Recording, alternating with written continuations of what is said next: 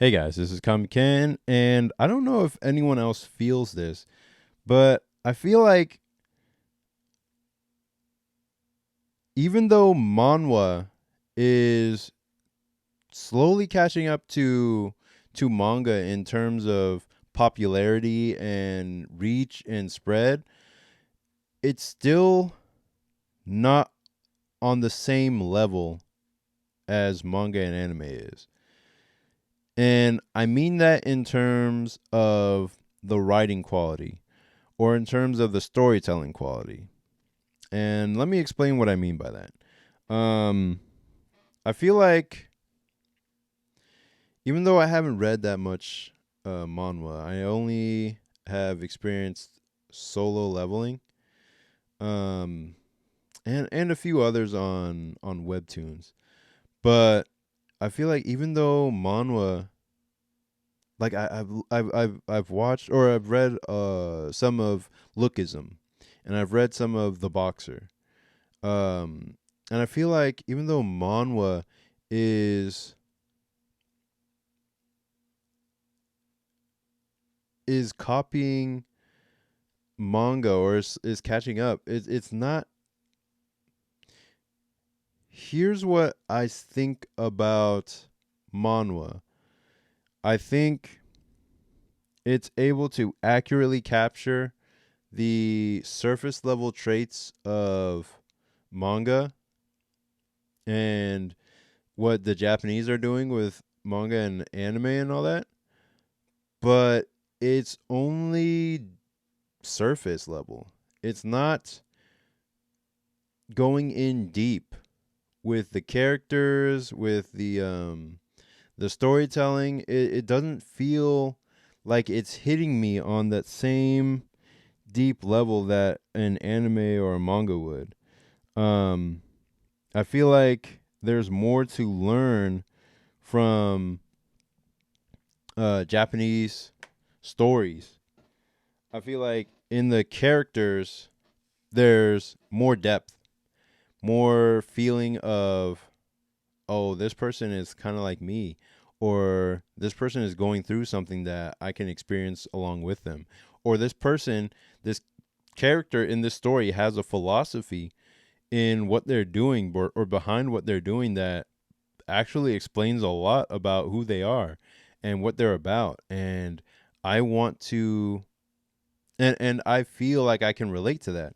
Whereas in a manhwa, like solo leveling, um, you have all the basic traits of hype that make a manga story really interesting to view. Like you have all those basic hype elements that are just there, that are like, oh yeah, this guy is super strong and we're going to have a super strong battle to see who's the strongest. And you're like, "Whoa, this is going to be awesome." Especially in like solo leveling, like you're watching it and you're just like, yeah, this is gonna be great, and they're gonna fight and it's gonna be cool. And then they fight and it is cool, and then it ends, and you're like, cool, yeah, that was a good fight. What did they battled and somebody won, and that was cool. And what did we get out of it? Like, what did we get out of that experience? Is what I'm asking. Is what I'm wondering. What I'm trying to feel like. I'm trying to get something extra from manhwa that I just don't feel like I just don't get, and that I wouldn't get from manhwa, but I get it from manga. Like if we look at a battle, like the battle between Goku and Frieza, like you can read that battle over and over and over again and still get something out of it. Like you're just looking at how this man is struggling to beat this basically undefeatable beast, and he's barely holding on, and he's using everything in his power and beyond just to get a hit on this guy, and it's still not enough. And then, well, everyone knows everyone knows how this battle turns out, and he goes and pushes beyond his limits just to eventually defeat this guy. But you by the end of the battle, you're just like, okay, this I find like I got something out of it. Like at the end of it, you're just like, okay, now I feel like I just was taken through an entire experience and fully drawn in, and it wasn't just a bunch of like sakuga moments on a screen between two characters just mixing it up and fighting and battling. It was actually taking me through an entire story of their battle, and there was meaning and depth behind it, and I'm just like, wow. That's literally every single fight in Rurouni Kenshin. um every fight in Kenshin has, sorry, I'm looking for a copy, but I don't think I have one on me. Every single fight in Kenshin has uh a philosophy behind it. There's a weight to every sword swing, every clash, because the characters aren't just fighting physically, they're fighting over their uh viewpoint of the world. They're fighting over their inner philosophies, and there's always that fight going on two levels, like on the surface of the physical clash, and then on below the surface of the emotional or psychological clash that one character is trying to win over the other character. And I just don't. Maybe I haven't read enough manhwa to experience more depth like that. But the thing that really kind of made me ponder this point was the fact that in Solo Leveling season 2, there was a point where they started to kind of skirt the line of taking some inspired elements from Hunter x Hunter's Chimera Ant arc, like with the ant. Literally, it was an ant king and there was an ant queen, and everyone thought the queen was the big bad, and then they destroy it and they think they're victorious, but then the king is actually the bigger villain that they need to defeat. And in Hunter x Hunter, because it skirted that line of not copying, but because it took that inspiration from Hunter x Hunter, and I could tell that's where they took that inspiration from, it made it seem lower, like almost like a lower form of entertainment, because it was trying to copy something that was on such a level as Hunter x Hunter. Hunter x Hunter, um, the Chimera Ant arc in that story was so well thought out, so well drawn, so well paced that it's really hard to find anything else like it in all of manga, anime, comics, or fiction in general. And then to have it be copied by well, not copied, just have a piece of it like taken from and used in Solo Leveling and be reduced to just a fight of who's stronger, just a basic clash. It almost made me depreciate Solo Leveling a little bit, because it kind of snapped me into realizing, oh, this isn't that deep. Like, this isn't a high level story. This is um mostly just thrilling. Like, it's mostly just thrills of fights and battles and whatnot.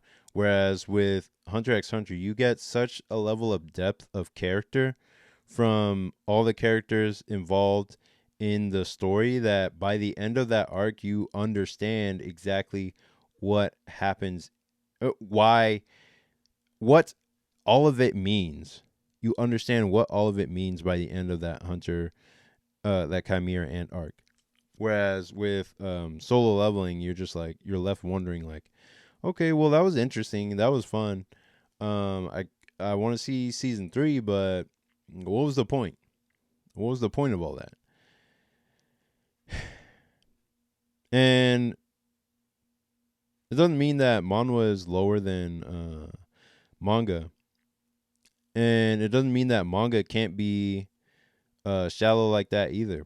I feel like JJK is really shallow, and it tries to do stuff on the level of Hunter x Hunter all the time, but then it just falls below that level. Like the whole Shibuya incident arc, while everyone says that's like the high point of the series, by the end of it, there wasn't any point to anything that just happened. Like I didn't really feel like there was any significant lesson learned by the end of it. So it was just like a bunch of interesting things happened for almost no reason. Like it was cool to look at, especially in the anime, but if you watch those episodes back to back to back, your eyes kind of get tired and they glaze over because it's just battle after battle after battle after battle, and none of them really feel not none of them, but most of them don't really feel like they have much weight or significance behind them. They do have a little bit, but not as much as there could possibly be. So it's not only manhwa, but I always felt like manhwa, in terms of like maybe the art style or the storytelling, just was copying the surface elements of anime and manga. Like even manga, like manga even looks more lively. Like they're allowed to have different styles and different types of art. Where if I look at like manhwa, most of it it almost feels like the same face across different series, just kind of plastered over. Like it's just cool, like generically cool looking characters um in romance situations, like, over and over and over again. Long, tall proportions, all that kind of stuff. And maybe this is just because it's one type of manhwa. Maybe they have a shonen manhwa where things look a little bit more interesting or a little bit more different, but this is just me scrolling through Tapas, and I don't see anything that's really that different from one manhwa to the next. But if you actually have a manhwa that you think is like really goes deep, I'm really interested to hear, because I'm pretty new to manhwa in general, um, and I'd like to know if you have any that really go deep to the level of manga, and can, like, you can pull something that you can use in your own life from that story or from reading it. Um, yeah, I'm interested to hear what you have to say, and please leave all your thoughts in the comments below, and I'll check them out. I read every single comment and I respond to every single comment, so um, I'll just keep doing that for as long as I possibly can, and then and just keep this channel going. So yeah, all my stuff is in the link in the description. But that's all for now, and I'll see y'all in the next one. Peace.